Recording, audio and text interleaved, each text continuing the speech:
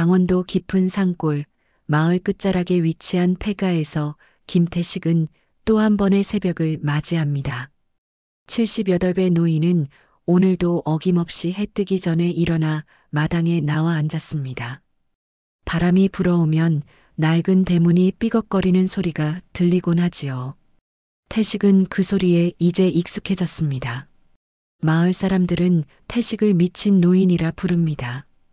가끔 혼자 중얼거리고 누군가의 이름을 부르며 울기도 하기 때문이지요. 전쟁 트라우마다 군대에서 머리를 다쳤다는 소문도 있었죠. 하지만 그의 진짜 이야기를 아는 사람은 아무도 없었습니다. 태식은 매일 아침 차를 한 잔 마십니다. 오래된 주전자에 물을 올리고 찻잎을 넣는 과정이 하루의 시작이지요. 찻잔 옆에는 항상 낡은 사진첩이 놓여 있습니다. 표지가 닳아서 글자는 보이지 않지만 태식은 그 앨범을 평생 가지고 다녔습니다. 오늘도 좋은 날이 되겠군. 태식의 허스키한 목소리가 텅 빈 집안에 울립니다. 대답해주는 사람은 없지만 그는 매일 같은 말을 반복하곤 합니다. 어쩌면 그 말이 그를 지탱하는 힘인지도 모르겠군요. 마을의 아이들은 태식의 집을 귀신집이라 부르며 겁을 먹고 달아납니다. 달빛이 비치는 날이면 폐가 앞을 지나가는 아이들은 서로 술래잡기를 하듯 빨리 달려가곤 하지요. 이러한 소문이 태식을 더욱 고립시켰지만 그는 사람들의 시선을 신경 쓰지 않는 듯 했습니다. 그날도 평범한 오후였습니다. 태식은 마당에 앉아 있었고 멀리서 학교 종소리가 들려왔지요. 아이들이 하교하는 시간이었습니다. 태식은 그 소리에 문득 과거를 떠올렸습니다. 자신도 한때는 학교 종소리에 설레던 소년이었으니까요. 이제 곧 봄이 오겠지. 겨울이 끝나가는 시점이었습니다. 마당 한켠에 작은 새싹이 돋아나고 있었죠. 태식은 매일 그 새싹에게 물을 주고 있었습니다. 어쩌면 그 작은 생명이 자신과 함께 봄을 맞이할 유일한 동반자라고 생각했는지도 모릅니다. 그때였습니다. 대문 앞에서 무언가 바스락거리는 소리가 들렸지요. 태식은 고개를 들어 바라보았습니다. 한 소년이 서 있었습니다. 11살쯤 되어 보이는 그 아이는 낡은 책가방을 메고 있었죠. 할아버지, 이거 여기 떨어져 있던 건데요. 소년의 손에는 태식의 낡은 앨범이 들려 있었습니다. 언제 떨어졌는지 태식도 모르고 있었습니다. 그는 천천히 일어나 대문 쪽으로 걸어갔지요. 소년은 겁에 질린 표정이었지만 그래도 용기를 내어 서 있었습니다. 고맙구나. 태식의 목소리는 평소보다 부드러웠습니다. 오랜만에 누군가와 대화를 나누는 느낌이었군요. 소년은 앨범을 건네주고는 가려고 했지만 태식은 무언가 말하고 싶었습니다. 차 한 잔 마시고 갈래? 할아버지가 좋은 차를 가지고 있단다. 소년은 잠시 망설이다가 고개를 끄덕였습니다. 그렇게 수호는 처음으로 태식의 집에 들어가게 되었습니다. 이것이 두 사람의 첫 만남이었지요. 누구도 예상하지 못했던 운명적인 만남이었습니다. 수호는 서울에서 엄마를 따라 이 작은 마을로 전학 온 지 일주일이 지났습니다. 도시의 복잡함에 익숙했던 소년에게 이곳은 너무 조용했고 친구를 사귀기도 쉽지 않았죠. 그래서 방과 후면 혼자 마을을 돌아다니며 탐험하는 것이 일상이 되었습니다. 여기가 그 유명한 귀신집인가 보다. 수호는 아이들 사이에서 소문난 폐가를 멀리서 바라보았습니다. 호기심 가득한 눈으로 그 집을 관찰하다가 우연히 마당 가장자리에 떨어진 낡은 앨범을 발견했지요. 아마도 담을 넘어 바람에 날려온 것 같았습니다. 수호는 망설임 없이 그것을 주우러 갔습니다. 할아버지, 이거 제가 차려드린 겁니다. 맛있게 드세요. 수호는 태식의 부엌에서 찾은 오래된 주전자로 물을 끓여 차를 만들었습니다. 태식은 아이의 행동을 신기한 듯 바라보았죠. 오랜만에 느껴보는 따뜻함이었습니다. 내 이름이 뭐니? 수호입니다. 김수호라고 해요. 서울에서 왔어요. 수호의 맑은 눈동자가 태식의 주름진 얼굴을 바라봅니다. 태식은 문득 자신의 젊은 시절을 떠올렸습니다. 자신도 한때는 저렇게 순수한 눈빛을 가졌었던 것 같군요. 서울에서 여기까지 오다니 큰 변화였겠네. 태식의 말에 수호는 힘없이 고개를 끄덕였습니다. 서울에서의 기억이 아직 선명했습니다. 친구들, 학교, 그리고 아빠. 엄마랑 둘이 왔어요. 아빠는 이제 안 계십니다. 수호의 목소리가 작아졌습니다. 태식은 아이의 마음을 읽은 듯 더 이상 묻지 않았지요. 대신 낡은 앨범을 열어 한 장의 사진을 꺼냈습니다. 이건 할아버지가 젊었을 때 모습이란다. 믿기지 않지? 사진 속 젊은 태식은 군복을 입고 환하게 웃고 있었습니다. 그 옆에는 아름다운 여인이 서 있었고 어린 소녀를 안고 있었지요. 수호는 사진을 유심히 바라보다가 문득 말했습니다. 할아버지 웃는 모습이 저랑 닮았네요. 태식은 깜짝 놀랐습니다. 정말로 수호의 웃는 모습은 자신의 젊은 시절과 닮아 있었군요. 우연의 일치였을까요? 태식은 가슴 한편이 묘하게 따뜻해지는 것을 느꼈습니다. 내일도 올 거니? 수호가 일어설 때 태식이 물었습니다. 노인의 눈에는 기대감이 서려 있었지요. 수호는 잠시 생각하더니 활짝 웃으며 대답했습니다. 네, 내일도 올게요. 할아버지 재미있으시네요. 그날 이후로 수호는 매일 방과 후면 태식의 집을 찾았습니다. 처음에는 단순한 호기심이었지만 점차 태식의 이야기에 빠져들게 되었죠. 태식은 전쟁 이야기, 옛날 마을의 모습, 그리고 자신이 여행했던 곳들에 대해 들려주었습니다. 마을 사람들은 수호가 미친 노인의 집에 드나드는 것을 이상하게 여겼습니다. 하지만 수호는 그런 시선을 신경 쓰지 않았지요. 태식의 집에서 보내는 시간이 하루 중 가장 행복한 순간이 되었으니까요. 할아버지, 이 꽃 이름이 뭐예요? 수호는 마당에 피어난 작은 꽃을 가리켰습니다. 태식은 아이의 호기심 어린 질문에 항상 친절하게 대답해 주었지요. 그렇게 두 사람의 관계는 하루하루 깊어져 갔습니다. 봄이 깊어갈수록 태식의 집 마당은 조금씩 달라졌습니다. 수호가 학교에서 가져온 꽃씨를 심었고 태식은 매일 그것들에 물을 주었지요. 작은 화단이 만들어지기 시작했습니다. 마치 오랫동안 잠들어 있던 집이 다시 생명을 얻는 것 같았군요. 할아버지, 이거 제가 그린 그림이에요. 수호는 학교에서 그린 그림을 자랑스럽게 보여주었습니다. 태식의 집과 마당을 그린 그림이었지요. 비록 서툴지만 따뜻한 마음이 담겨 있었습니다. 태식은 오랜만에 진심으로 기뻤습니다. 정말 잘 그렸구나. 여기 걸어둘까? 태식은 그림을 거실벽에 붙였습니다. 오랫동안 아무것도 걸려있지 않던 벽에 색이 입혀진 느낌이었지요. 수호는 자신의 그림이 태식의 집에 걸린 것이 무척 자랑스러웠습니다.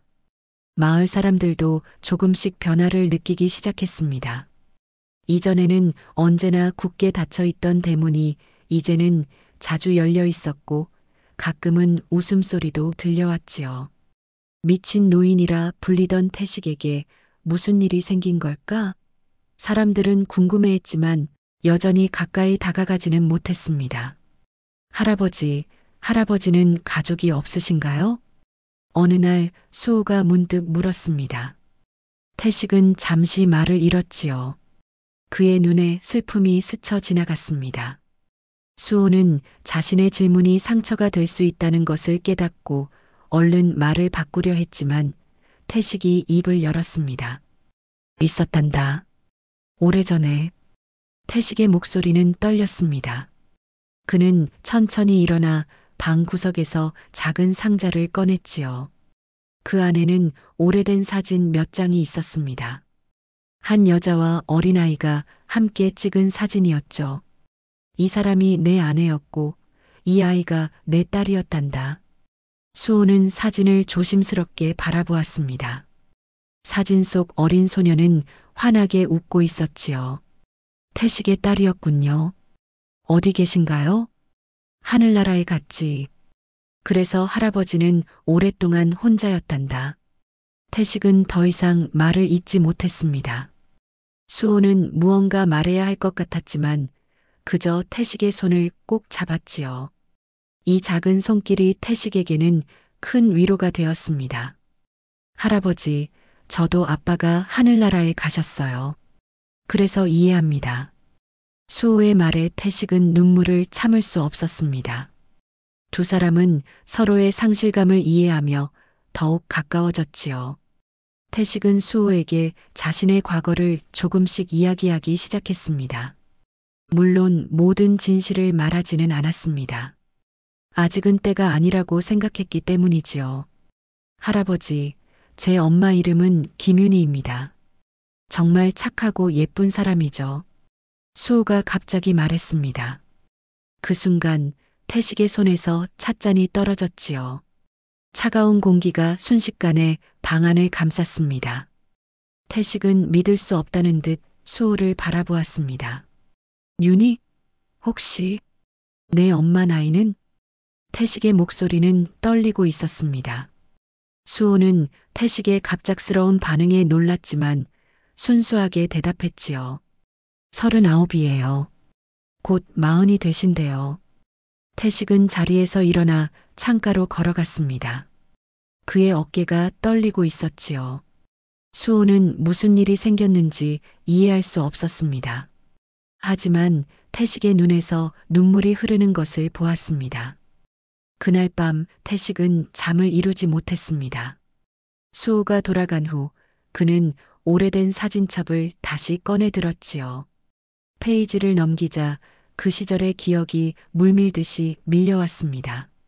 사진첩 속에는 자신이 헤어진 어린 딸 윤희의 모습이 그대로 담겨 있었습니다. 윤희야, 정말 너였을까? 태식의 목소리가 적막한 방 안에 울렸습니다. 40년 전의 그날 태식은 끔찍한 교통사고 소식을 듣고 병원으로 달려갔지요. 아내와 3살배기 딸 윤희가 탄 차가 절벽에서 추락했다는 소식이었습니다. 병원에 도착했을 때 의사는 아내의 중상 소식을 전했고 딸은 강물에 빠져 실종되었다고 했지요. 며칠 후 태식은 아내의 회복 가능성이 희박하다는 소식을 들었고 강가에서는 어린아이의 신발 하나만 발견되었다는 보고를 받았습니다. 모든 것이 끝났다고 생각한 그는 깊은 절망에 빠졌지요. 그리고 병원을 떠나 모든 것을 포기했습니다. 난 왜 그렇게 쉽게 포기했을까? 태식은 그 충격으로 모든 것을 뒤로하고 사람들의 시선에서 벗어나기 위해 이 깊은 산골로 숨어들었습니다. 직장, 친구, 사회적 관계, 모든 것을 뒤로 했지요. 그리고 40년이라는 세월이 흘렀습니다. 그런데 지금 수호의 말에 따르면 그의 딸 윤희가 살아있다는 것입니다. 그의 표정에서 짐작할 수 있듯이 태식은 충격에 빠졌습니다. 이런 일이 어떻게 가능한지. 딸은 살아있었고 아마도 구조되어 홀어머니의 손에서 자랐을 것입니다. 그리고 결혼해서 아들을 낳았고 그 아들이 바로 수호라는 사실이. 태식은 떨리는 손으로 오래된 사진을 꺼냈습니다. 3살배기 윤희의 웃는 모습이 담긴 사진이었지요. 그 눈매, 입술 모양이 수호와 닮아 있었습니다. 태식은 이제야 왜 수호가 자신의 젊은 시절과 닮았다고 느꼈는지 알 것 같았습니다. 내가 40년 동안 잘못 알고 있었던 거구나. 태식은 그날 밤 내내 자책했습니다. 왜 좀 더 확실히 확인하지 않았을까? 왜 그렇게 쉽게 포기하고 도망쳤을까? 그 40년의 세월 동안 윤희는 아버지 없이 어떻게 살았을까? 생각할수록 가슴이 아팠지요. 다음 날 태식은 평소보다 일찍 일어나 마당을 정리했습니다. 오랫동안 방치되었던 집의 구석구석을 청소하고 낡은 물건들을 정리했지요. 마치 누군가를 맞이할 준비를 하는 것 같았습니다. 수호가 평소처럼 학교를 마치고 태식의 집을 찾아왔습니다. 하지만 오늘의 태식은 어제와 달랐지요. 눈빛이 더 맑아졌고 목소리에는 힘이 실려 있었습니다. 수호야, 오늘은 할아버지가 특별한 이야기를 해줄게. 태식은 천천히 자신의 과거를 이야기하기 시작했습니다. 젊은 시절의 일들, 아내와의 만남, 그리고 어린 딸 윤희에 대한 이야기였지요. 물론 모든 진실을 말하지는 않았습니다. 아직 어린 수호에게 자신이 외할아버지일 수도 있다는 사실을 바로 말하기는 어려웠기 때문입니다. 할아버지 딸 이름도 윤희였어요? 우리 엄마랑 같네요. 수호의 순진한 말에 태식은 미소를 지었습니다. 아직 수호는 이 모든 연결고리를 이해하지 못했지요. 하지만 태식은 결심했습니다. 윤희를 만나야 한다고. 40년 만에 진실을 마주해야 한다고. 수호야, 오늘은 특별한 부탁이 있단다. 내일, 내 엄마를 이 할아버지에게 소개해 줄 수 있겠니? 태식의 목소리는 떨렸습니다. 수호는 잠시 생각하더니 밝게 대답했지요. 네, 엄마한테 할아버지 얘기 많이 했습니다. 엄마도 할아버지 만나고 싶어 하셨어요. 태식의 눈에 눈물이 고였습니다. 40년 만에 딸을 만날 생각을 하니 가슴이 벅차올랐지요. 하지만 동시에 두려움도 컸습니다. 윤희가 자신을 알아볼까? 자신을 받아들여줄까? 용서해줄까? 다음 날 태식은 새벽부터 일어나 준비했습니다. 오래된 장롱에서 유일하게 깨끗한 옷을 꺼내 입고 마당에 피어난 꽃으로 작은 꽃다발을 만들었지요. 그리고 기다렸습니다. 가슴이 두근거리는 기다림이었습니다.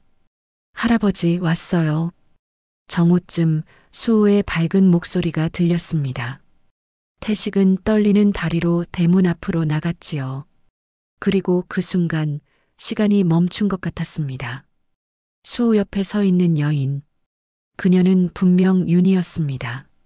3살 때의 모습에서 40년이 흘렀지만 그 눈매와 미소는 변함없었지요. 안녕하세요. 저는 수호 엄마 김윤희입니다. 수호가 할아버지 이야기를 많이 해줬네요. 윤희의 목소리가 태식의 귓가에 맴돌았습니다. 그는 말을 잇지 못했지요. 그저 그녀를 바라볼 뿐이었습니다. 윤희는 노인의 이상한 반응에 당황했지만 정중하게 인사를 건넸습니다. 혹시 김태식 씨세요? 윤희의 질문에 태식은 깜짝 놀랐습니다. 그녀가 자신의 이름을 알고 있다니 어떻게 가능한 일일까요? 어머니가 돌아가시기 전에 남기신 이름이에요. 제 아버지 이름이라고 하셨죠. 윤희의 목소리가 떨렸습니다. 그녀는 어린 시절부터 아버지의 이름만 들어왔습니다. 그리고 어머니의 유품 중에서 발견한 낡은 사진 한 장에서 군복 입은 젊은 남자의 모습을 봤던 것이 떠올랐지요. 태식이 앨범에서 보여준 사진과 똑같은 그 사진. 그녀의 눈에도 눈물이 고이기 시작했습니다. 윤희야. 태식의 입에서 딸의 이름이 새어나왔습니다. 그의 눈에서는 눈물이 흘러내렸지요. 40년 동안 참아왔던 모든 감정이 한순간에 터져 나온 것 같았습니다. 할아버지, 왜 엄마 이름을 불러요? 수호가 의아하게 물었습니다. 하지만 윤희는 이미 알아차렸습니다. 수호가 우연히 만난 이 노인이 어머니가 그토록 찾던 자신의 아버지라는 것을. 그녀의 눈에도 눈물이 가득 고였습니다. 정말 아버지신가요? 윤희의 떨리는 질문에 태식은 고개를 끄덕였습니다. 더 이상 말이 필요 없었지요. 윤희는 천천히 다가와 태식의 손을 잡았습니다. 그 따뜻한 손길에 태식은 무너져 내렸습니다. 윤희야, 내가 살아있었구나. 아버지가 잘못했다. 태식은 윤희의 손을 꼭 잡은 채 무릎을 꿇고 흐느꼈습니다. 40년의 후회와 그리움이 한꺼번에 쏟아져 나왔지요. 윤희는 아무 말 없이 아버지의 어깨를 안았습니다. 그녀도 평생 아버지를 그리워했기 때문입니다. 수호는 상황을 완전히 이해하지 못했지만 무언가 특별한 일이 일어나고 있다는 것을 느꼈습니다. 그는 조용히 두 사람을 바라보았지요. 할아버지가 외할아버지였나요? 수호의 질문에 윤희는 눈물 섞인 미소를 지었습니다. 그리고 고개를 끄덕였지요. 수호는 놀라움과 기쁨이 뒤섞인 표정으로 태식에게 달려갔습니다. 진짜 할아버지였네요. 와, 이제 저 진짜 할아버지가 생겼네요. 수호의 순수한 기쁨에 태식과 윤희는 웃음을 터뜨렸습니다. 웃음 속에 눈물이 섞여 있었지만 그것은 행복의 눈물이었지요. 세 사람은 오랫동안 서로를 껴안았습니다. 40년의 세월이 한순간에 녹아내리는 순간이었습니다. 아버지, 이제는 절대로 헤어지지 맙시다. 윤희의 떨리는 목소리에 태식은 고개를 끄덕였습니다. 그는 다시는 이 소중한 인연을 놓치지 않겠다고 마음속으로 다짐했지요. 수호는 할아버지와 엄마 사이를 왔다 갔다 하며 기쁨을 감추지 못했습니다. 할아버지, 이제 우리 집에서 같이 살아요. 수호의 제안에 태식과 윤희는 서로를 바라보았습니다. 아직은 조금 이른 결정이었지만 두 사람 모두 서로를 더 알아가는 시간이 필요하다는 것을 느꼈지요. 우선은 자주 만나면서 천천히 이야기를 나눠보자꾸나. 태식의 말에 윤희도 동의했습니다. 40년의 세월은 쉽게 메울 수 없는 간극이었으니까요. 하지만 이제 시작이었습니다. 새로운 시작. 그날 이후 태식의 집은 완전히 달라졌습니다. 윤희와 수호는 매일 태식을 찾아왔고 함께 시간을 보냈지요. 낡은 폐가는 조금씩 생기를 찾아갔습니다. 윤희는 아버지의 집 내부를 정리하기 시작했고 수호는 할아버지와 함께 마당의 꽃과 나무를 돌보았습니다. 아버지, 이 사진 제가 3살 때 찍은 거군요. 윤희는 태식이 간직하고 있던 사진첩을 보며 물었습니다. 태식은 고개를 끄덕였지요. 그 사진첩은 40년 동안 그의 유일한 위로였습니다. 그때 사고가 나고 병원에서는 내가 강에 빠져 실종됐다고 했단다. 신발 하나만 발견되었을 뿐이었지. 아마도 누군가가 너를 구조했겠지. 하지만 난 그 사실을 몰랐어. 모든 것을 잃었다고 생각했단다. 태식의 목소리는 무거웠습니다. 윤희는 아버지의 손을 꼭 잡았지요. 그녀도 어머니를 통해 그날의 이야기를 들었습니다. 사고 후 어머니는 중상을 입었지만 살아남았고 강물에 떠내려간 윤희는 다행히 하류에 사는 어부에게 구조되었다고 합니다. 어머니는 퇴원 후 계속 아버지를 찾으셨어요. 하지만 아버지는 이미 모든 연락을 끊고 사라지셨더군요. 윤희의 말에 태식은 깊은 후회에 잠겼습니다. 그가 조금만 더 기다렸다면, 조금만 더 희망을 버리지 않았다면 이런 긴 이별은 없었을 텐데 말입니다. 얼마나 힘들었니? 아버지 없이 자라느라. 태식의 목소리가 떨렸습니다. 윤희는 고개를 저었지요. 어머니가 정말 훌륭하셨습니다. 그리고 언젠가는 아버지를 꼭 만날 거라고, 우리 가족이 다시 만날 거라고 항상 말씀하셨어요. 윤희의 눈에 눈물이 고였습니다. 그녀의 어머니는 5년 전에 세상을 떠났지만 마지막까지 남편의 이름을 불렀다고 합니다. 그리고 딸에게 아버지를 꼭 찾으라는 유언을 남겼지요. 할아버지, 이제 우리 집으로 이사 오세요. 수호가 갑자기 제안했습니다. 태식과 윤희는 놀란 표정으로 서로를 바라보았지요. 태식은 잠시 생각하더니 고개를 저었습니다. 고맙구나. 하지만 할아버지는 이 집이 좋단다. 오랜 시간 함께 했으니까. 태식의 말에 윤희는 이해한다는 듯 고개를 끄덕였습니다. 대신 그녀는 다른 제안을 했지요. 그럼 우리가 자주 올게요. 그리고 이 집도 좀 고쳐야겠네요. 너무 오래됐으니까요. 태식은 미소를 지었습니다. 딸과 손자가 자신의 집을 찾아온다는 생각만으로도 행복했지요. 마을 사람들도 조금씩 변화를 느끼기 시작했습니다. 미친 노인이 아니라 수호 할아버지로 불리기 시작했습니다. 어느 날 윤희는 태식에게 중요한 이야기를 했지요.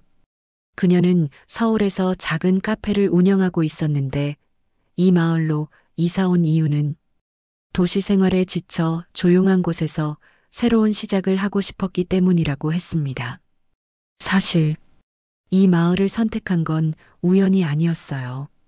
어머니의 오래된 일기장에서 아버지가 마지막으로 목격된 곳이 이 근처라는 내용을 봤거든요. 윤희의 고백에 태식은 놀랐습니다. 그는 운명의 힘을 느꼈지요. 40년의 세월을 건너 다시 만난 부녀. 그것은 분명 단순한 우연이 아니었습니다. 아버지, 제가 생각하고 있는 게 있어요. 이 낡은 집을 리모델링해서 작은 북카페를 열면 어떨까요? 마을에는 이런 공간이 없잖아요. 윤희의 제안에 태식은 잠시 고민했습니다. 오랫동안 외부와 단절된 채 살아온 그에게는 큰 변화였지요. 하지만 손자 수호의 기대에 찬 눈빛을 보니 거절할 수 없었습니다. 할아버지, 저도 도울게요. 책 정리도 하고 카페에서 일도 배울래요. 수호의 열정적인 말에 태식은 웃음을 지었습니다. 그리고 천천히 고개를 끄덕였지요. 새로운 시작을 받아들일 준비가 된 것 같았습니다. 마을 사람들은 폐가가 공사 중이라는 소식을 듣고 놀랐습니다. 더 놀라운 것은 그 미친 노인이 사실은 서울에서 온 윤희의 아버지라는 사실이었지요. 40년 만에 재회한 부녀의 이야기는 순식간에 마을 전체에 퍼졌습니다. 정말 드라마 같은 이야기네요. 그 노인이 그렇게 오래 우리 마을에 살고 있었다니. 사람들의 시선이 달라지기 시작했습니다. 이제 그들은 태식을 미친 노인이 아닌 윤희 아버지로 부르기 시작했지요. 태식 역시 조금씩 마을 사람들과 소통하기 시작했습니다. 오랜 고립에서 벗어나는 과정이었습니다. 북카페 공사가 한창일 때였습니다. 태식은 마당에 앉아 작업자들의 일하는 모습을 바라보고 있었지요. 40년 동안 변하지 않았던 집이 하루가 다르게 변해가는 모습이 신기했습니다. 그때 한 노인이 조심스럽게 다가왔습니다. 김태식 씨, 맞습니까? 태식은 고개를 들어보았습니다. 낯선 얼굴이었지만 어딘가 익숙한 느낌이 들었지요. 그는 천천히 일어나 노인을 맞이했습니다. 네, 저입니다만 저를 모르시겠군요. 박중호입니다. 우리 군대에서 같이 복무했지요. 태식은 순간 눈을 크게 떴습니다. 박중호. 그 이름은 젊은 시절 가장 가까웠던 전우였습니다. 인생의 고비마다 함께했던 친구였지요.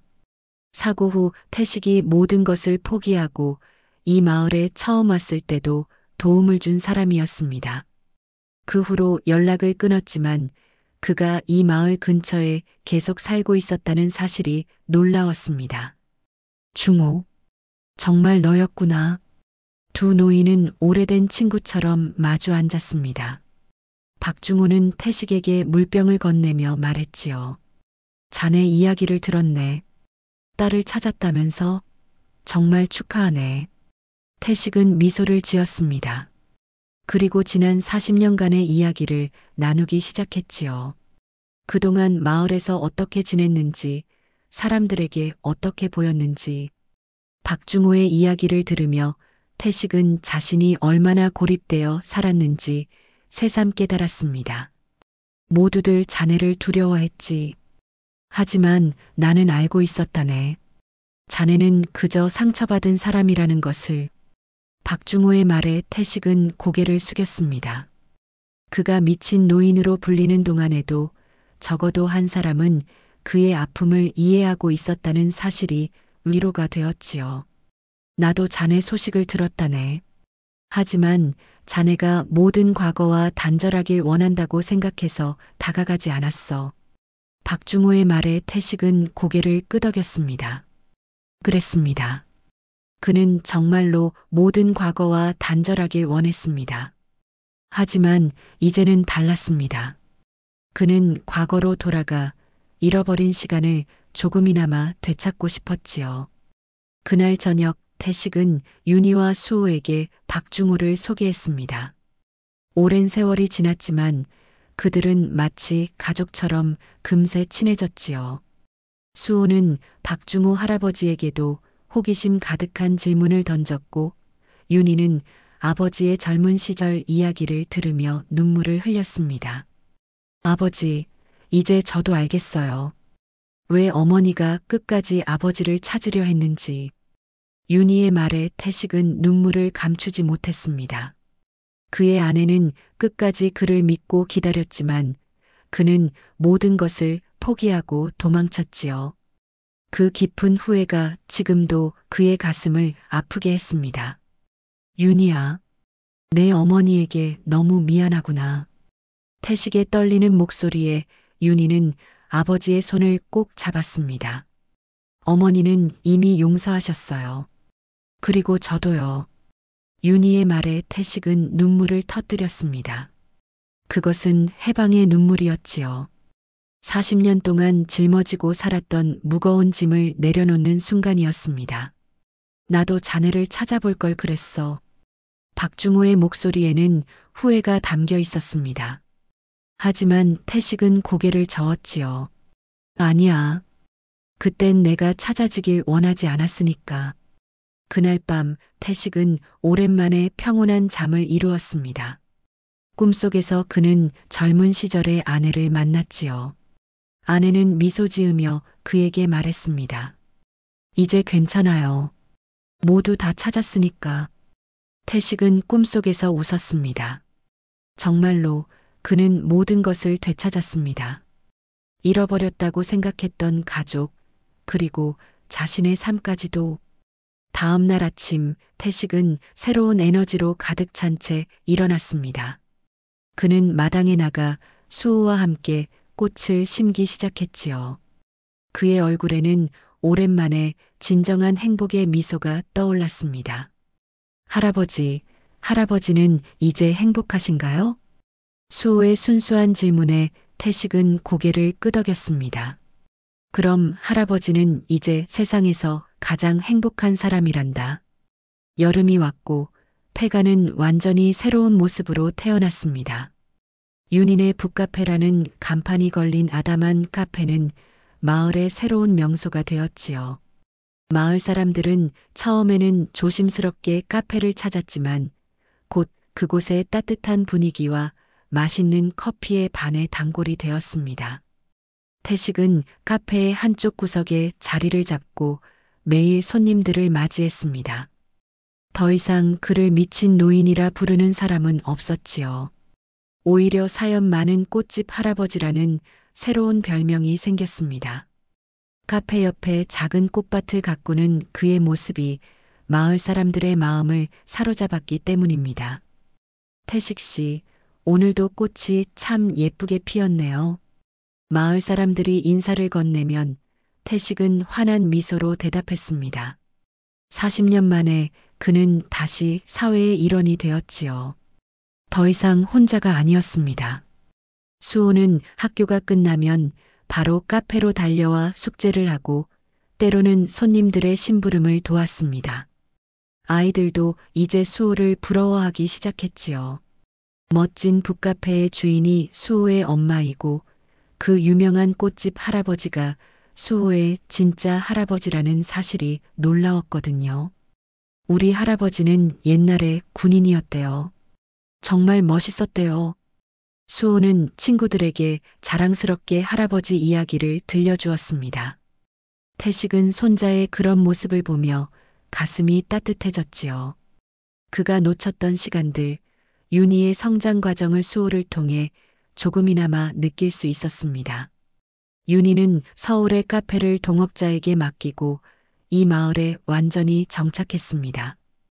그녀는 아버지와 함께 살며 잃어버린 시간을 조금씩 되찾아가고 있었지요. 매일 아침 함께 차를 마시고 저녁에는 그날 있었던 일을 나누었습니다. 평범하지만 그들에게는 소중한 일상이었습니다. 아버지, 어머니 생신이에요. 함께 묘소에 다녀올까요? 어느 날 윤희가 제안했습니다. 태식은 잠시 망설였지만 용기를 내어 고개를 끄덕였지요. 40년 만에 아내의 묘소를 찾는 것은 쉬운 일이 아니었지만 이제는 그럴 준비가 되어 있었습니다. 세 사람은 함께 도시 외곽에 있는 묘소를 찾았습니다. 태식은 떨리는 손으로 꽃을 놓았지요. 그리고 오랫동안 말없이 서 있었습니다. 여보, 미안해. 이제야 왔어. 태식의 목소리는 바람에 실려 멀리 퍼져나갔습니다. 윤희와 수호는 조용히 그의 옆에 서 있었지요. 가족의 모습으로. 가을이 깊어갈 무렵 윤희는 아버지에게 제안했습니다.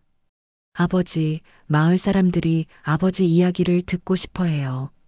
저희 카페에서 작은 토크 콘서트를 열면 어떨까요? 태식은 처음에는 망설였습니다.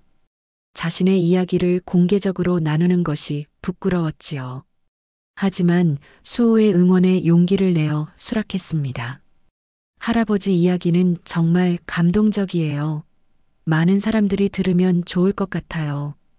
그렇게 윤희네 북카페에서는 특별한 행사가 열렸습니다. 40년의 기다림, 그리고 만남이라는 제목의 토크 콘서트였지요.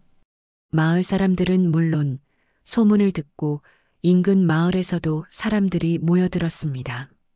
태식은 떨리는 목소리로 이야기를 시작했습니다.